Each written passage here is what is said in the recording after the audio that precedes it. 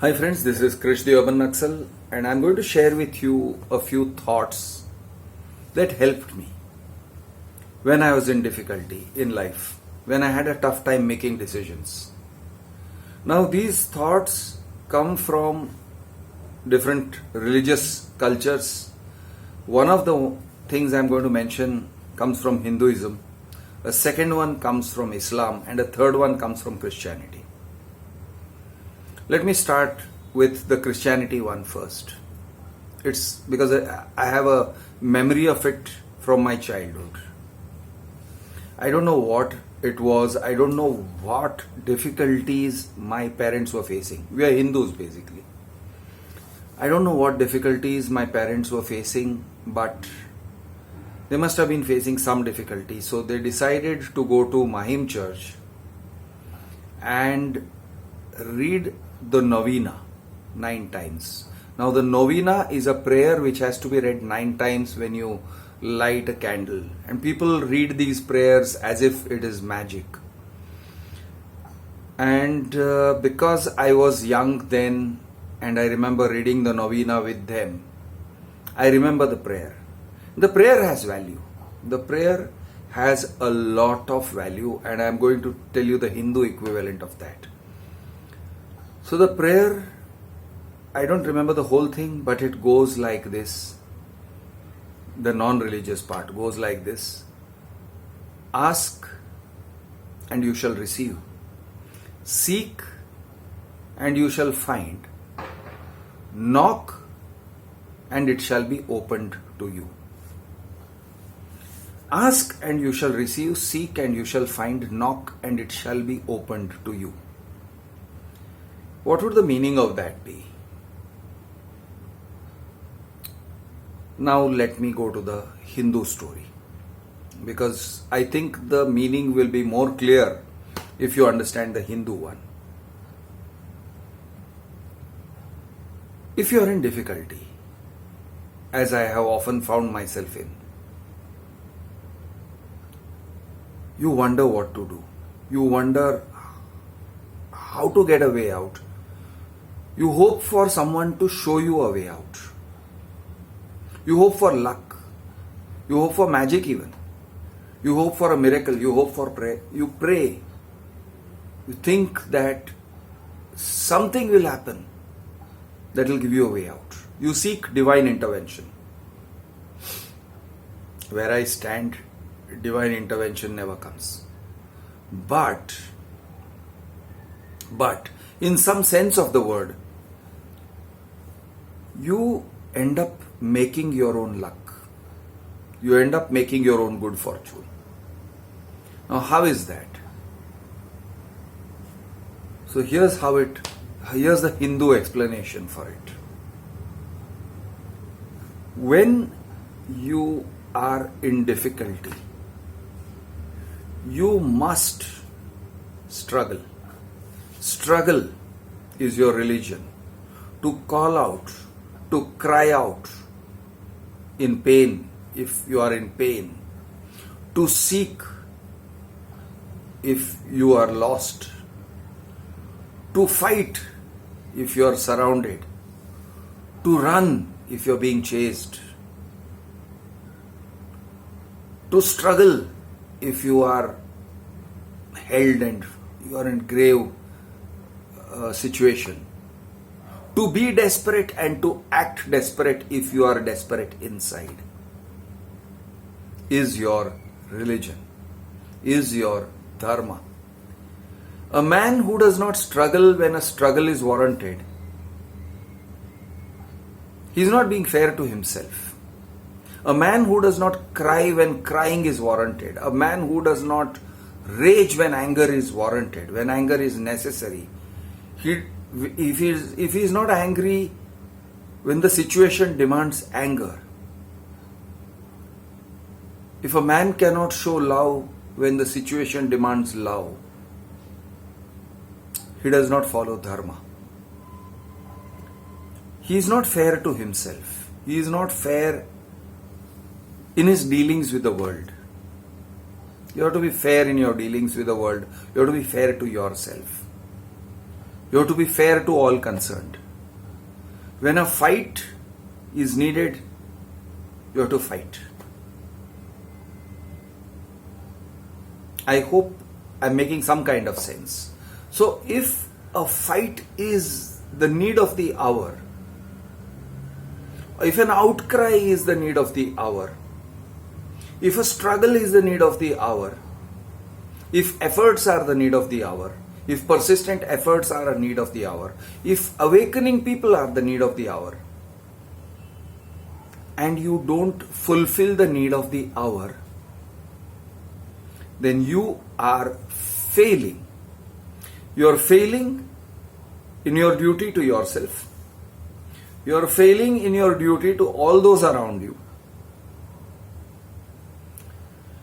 And the consequence of failure can be grave. To yourself, to others, to everything, to everybody. So, one of the primary things that you would say is don't fail. Don't fail. If there is a need of the hour to struggle, you must struggle. And if the need of the hour is to fight, you must fight. And if the need of the hour is to run, then you must run. Don't think about your dignity. Run. If your wife is leaving you, save your damn marriage. The need of the hour is to beg. You fucking beg on your bended knees. You lose your pride. If you do not, you will live to regret it. I am assuming the marriage is worth saving. Whatever is the need of the hour, it must be fulfilled. Okay? So, that is, it has to come from within you. That outcry has to arise from within you. The fight has to arise from within you. Your mind, your body, everything. That is called Atma Krupa. Atma Krupa is when your entire being rises into a fight or into a fleeing, a running, a flight, or into a struggle. Let's forget about whether it's a noble struggle or it's just a struggle for your life or it's a struggle for your existence or it's a struggle to save your marriage or it's a struggle to protect your family. I don't care. It's a struggle to bring back your money from someone who has taken your money unfairly. It's a struggle for survival. Whatever it is, a struggle. When it is warranted, you must struggle. That is your dharma. Now, I will give you the Hindu word for it. Atma Krupa. Atma Krupa. The kindness of yourself to yourself is Atma Krupa. Now I'm going back to the Christian, this thing. Ask and you shall receive. In order to receive, you must ask. It has to come from within you. The initiative has to come from within you. Seek and you shall find. In order to find, you have to seek. The initiative must come from within you. Knock and it shall be opened to you. You have to knock upon the doors for the doors to be opened. It will not open. The doors of opportunity, the doors of life will not open automatically. You have to knock. You may have to hammer the door down. That's your duty. Atma Krupa. Be good to yourself. Be kind to yourself. Fulfill the duties that you have to yourself. Do your best. Struggle. Act. Atma Krupa. Now, Atma Krupa is followed by Guru Krupa. What is Guru Krupa? Sounds like some guru bestowing his blessings upon you. Could be, but there's more to it than that. So let me explain. Guru Krupa is knowledge, is information. The information may come to you from anywhere. The information may come to you in the form of inspiration from some books, which may just be lying there. It may come to you in the form of an email or a WhatsApp forward that someone has sent. But you have to be receptive to it. It may come to you when you suddenly, for some reason, find a newspaper heading, and that newspaper heading or that news item, and you suddenly realize, oh, I can use this. Guru Krupa, know-how, knowledge, information, inspiration. The things you use to get ahead, to implement your actions, comes to you from anywhere. Comes to you from, you may see a milestone, you may see a stone on the road and it may give you an idea. You may see anything will give you that idea. Or a random person may say a random thing. It will give you an idea and you say, yes, that's it, that's what I need. So let me give you an example of this Guru Krupa. I was once in court, it was a Metropolitan Magistrate Court. I was an accused. I will not get into the details of what I was accused of. I was accused. I was produced before the court. It's called an Anadi court for a reason. And usually the magistrates there just want to get it over with. So if you don't have a way of, you might as well just apologize, and otherwise you are going to get penalized and your penalty will just keep increasing. The more you fight, the worse it gets. That kind of thing. I had employed a lawyer. The lawyer had not turned up. He didn't come. I was there alone. The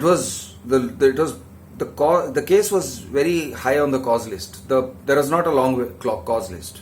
I was just sitting there. Hearing would be in about 10 minutes. I am there in the magistrate's court, and the policeman who's come from the police station is himself representing the case. There isn't a lawyer. And there is I didn't know how it was going to proceed, but I knew they had a witness. Now, I was accused of putting some posters in a railway train. That's what the case was about. Okay? So, here I am sitting there wondering how I am going to fight this case. I didn't know. I was clueless. But I was thinking. Back then, it was just my early days of activism. I had no idea. And suddenly, in one of the cases before me, the words were mentioned. We want to cross-examine the witness. I don't know if they even said cross-examine the Panchanama witness. That suddenly struck a chord in me. I said, yes, exactly, I got it. And that's what happened. So, barely 10 minutes later, the Panchanama witness is called, in our case, and the policeman says, this man saw the posters stuck. He's our witness. The posters were stuck inside the railway train. I said, I want to cross-examine this guy. I was by myself, no lawyer. It was the first time I had appeared for myself in court, ever. I said, I want to cross-examine. He said, okay. Straight, the same day. I told this guy, you've taken an oath to speak the truth, nothing but the truth, correct? Yes. So I said, okay, be careful, because you can get into trouble for saying something that's untruthful. I'm asking you something, answer clearly. I said, you did not climb into the train where these posters were supposedly stuck. Am I correct? He said, no, I climbed into the train. I said, remember, you are under oath and I'm asking you a very simple question. Speak the truth. You did not see this poster inside the train. You saw this poster for the first time and the only time inside the police station. This poster, they called you to the police station. They said you have to sign a panchanama that it was on a train. Tell me if I'm right or wrong. And he says, you're right. वैसे ही होता है, हमेशा ऐसे ही करते हैं. I said, exactly. Then I told the magistrate, this is what they do. Panchanama witnesses, they call them to the police station, they make them sign the panchanama. These are habitual witnesses. They are just witnesses. They are called repeatedly for different cases. This guy is testifying against me. He hasn't even been inside the train where the poster was supposedly stuck. The magistrate immediately acquitted me and sang some words of praise, great activist and all that. And I was allowed to go. I got myself acquitted. Now, where was the Guru Krupa? I was listening. I had done everything I had to do. Now I was listening. And suddenly, I got this idea. I said, yes, Panchanama witness. Cross-examine the Panchanama witness. That is Guru Krupa. Things come to you if you're tuned in. But first, in order to be tuned in, you have to be part of the struggle. You have to be fighting. You can't be sitting there waiting for something to save you. You have to be receptive. You have to be alert. That is so Atma Krupa and Guru Krupa. But maybe the thing that I said need not have worked. It need not have worked with the judge. Magistrates don't always listen to sense. Sometimes they listen to nonsense. They don't listen to you. They don't agree with you. They don't accept your argument. Can happen. That is Daiva Krupa. Daiva Krupa is luck, good fortune. It is not dependent upon you. It happens out there in the world. You do your best. So here is Atma Krupa, Guru Krupa, Daiva Krupa. You do your best, you struggle, you fight, you do what you can.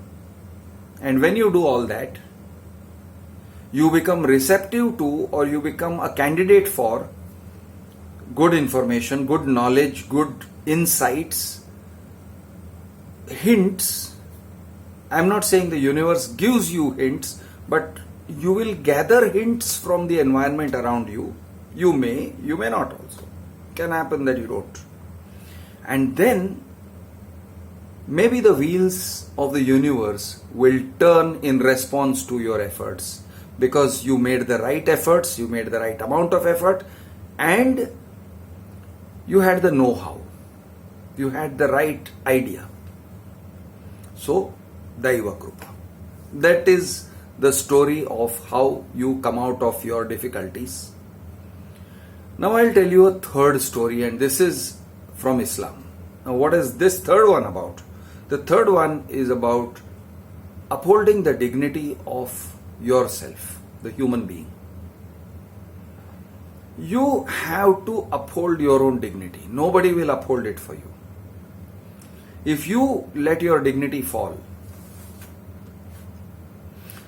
of course you can live without dignity. Of course there is a life without dignity. But there is a value to dignity, to your dignity. And I feel that you have a better fighting chance if you are in possession of your dignity. I could be wrong. In some situations, you can be wrong. You uphold your dignity and they cut off your head. Okay. Happens. Can happen. But then in Kannada we have a saying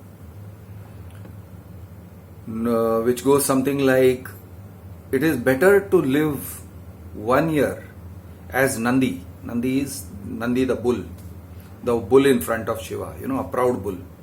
It is better to live 1 year as Nandi than 100 years as Handi. Handi is pigs. So it is better to live 1 year as a bull than 100 years as a pig. An ignoble animal without any dignity. That's basically the point. In Islam they have a story. The story goes like this. It's the creation story. God creates Adam, and then he tells the angels, all the angels, They were called Malaks, I think. He tells the Malaks, come, bow, this is my creation, man, human being. I have created him, bow before him. And all the angels, they say, well, hey, listen, we are older, we are superior, we always obey you. We know this guy, this human being, he's not going to obey you. Allah says, no, don't give me all that bullshit. Bow before him. He will not bow before you, you bow before him. He is above you, you are not above him. God says, Allah says to all the angels. And they bow. They bow in obedience to the word of Allah. Except for one angel. One angel whose name is Iblis. Iblis says, no, this is not right. This is not right. I will not bow to man. Man should bow to me. I will not bow to man. We are superior. I will not bow to him. And he sort of threw a challenge to Allah and he says, I will make him bow to. Before Judgment Day, I will see to it that he bows to me. That he will do ibadat to me. That he will worship me, not you. And so the essential challenge between all human beings, before all human beings, is how not to bow to Iblis in his various forms. So what is bowing to Iblis? Well, Iblis is anything that basically challenges your human dignity. If you give up your dignity for money, you bowed to Iblis in the form of money. If you give up your dignity, the truth, your dharma, the right way, for power, you say, for power I will do anything. Then you've given up, then you bow to Iblis in the form of power. If you do it for importance, some people, see, there are different types of corruption. Money is not the only form of corruption. Some people's fix is fame. Some other people's fix is sense of importance. The governor recognizes me, the chief minister recognizes me, they send me a car. Some people I know have fallen prey, activists have fallen prey to that corruption, the corruption of importance, boastfulness, pride. So there are various forms in which you can bow to Iblis, and Iblis appears before you in various forms. And your dignity as a human being is to avoid bowing to anything but Allah. Allah is, as I view it, the highest possibility. You uphold your dignity as a human being and you don't bow before anything in this world. I am Krish, the Urban Naxal. Jai Maharashtra. Jai Hind.